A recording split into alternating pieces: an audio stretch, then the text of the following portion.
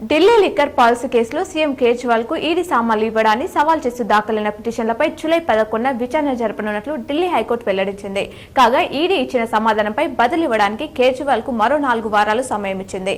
ఇదిలా ఉంటే ఇదే లిక్కర్ కేసులో జైలుకెళ్లిన ఆప్ నేత మనీష్ సిసోడియా కస్టడీని మే 30 వరకు పొడిగించింది. తిరుమల ఘాట్ రోడ్లో మళ్లీ చిరుతపులి కనిపించడంతో యాత్రికులు ఆందోళన పడ్డారు. తిరుపతి నుంచి తిరుమలకు కారులో వెళ్తున్న భక్తులకు చిరుతపులి సంచరిస్తూ కనిపించింది.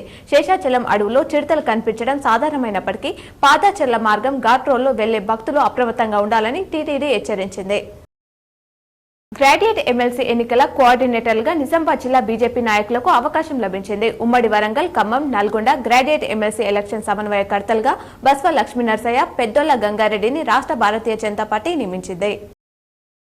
బీహార్లోని కరాకట్ లోక్సభ నియోజకవర్గంలో భోజ్పురి సింగర్, నటుడు పవన్ సింగ్ పై తన తల్లి ప్రతిమాదేవి పోటీ చేస్తున్నారు. ఇద్దరు స్వతంత్ర అభ్యర్థులే. తొలుత బెంగాల్లోని అసన్సోల్ అభ్యర్థిగా పవన్ సింగ్ ను బీజేపీ ప్రకటించింది. దీనిపై అభ్యంతరాలు రావడంతో పవన్ పోటీ నుంచి తప్పుకొని కరాకట్ నుంచి పోటీకి సిద్ధమయ్యారు. పెద్ద సినిమాలు లేకపోవడం, ఎన్నికలు, ఐపీఎల్ వల్ల థియేటర్లకు జనాలు వెళ్లడం లేదు. దీంతో రేపటి నుంచి సింగిల్ స్క్రీన్ థియేటర్లను 10 రోజుల పాటు మూసివేయాలని యాజమాన్యాలు నిర్ణయించాయి. ఒక్క షోను రన్ చేయడానికి 15,000 ఖర్చు అవుతుందని, టికెట్ల ద్వారా 10,000 కూడా రాకపోవడంతో 5,000 నష్టం వస్తుందని చెప్తున్నాయి.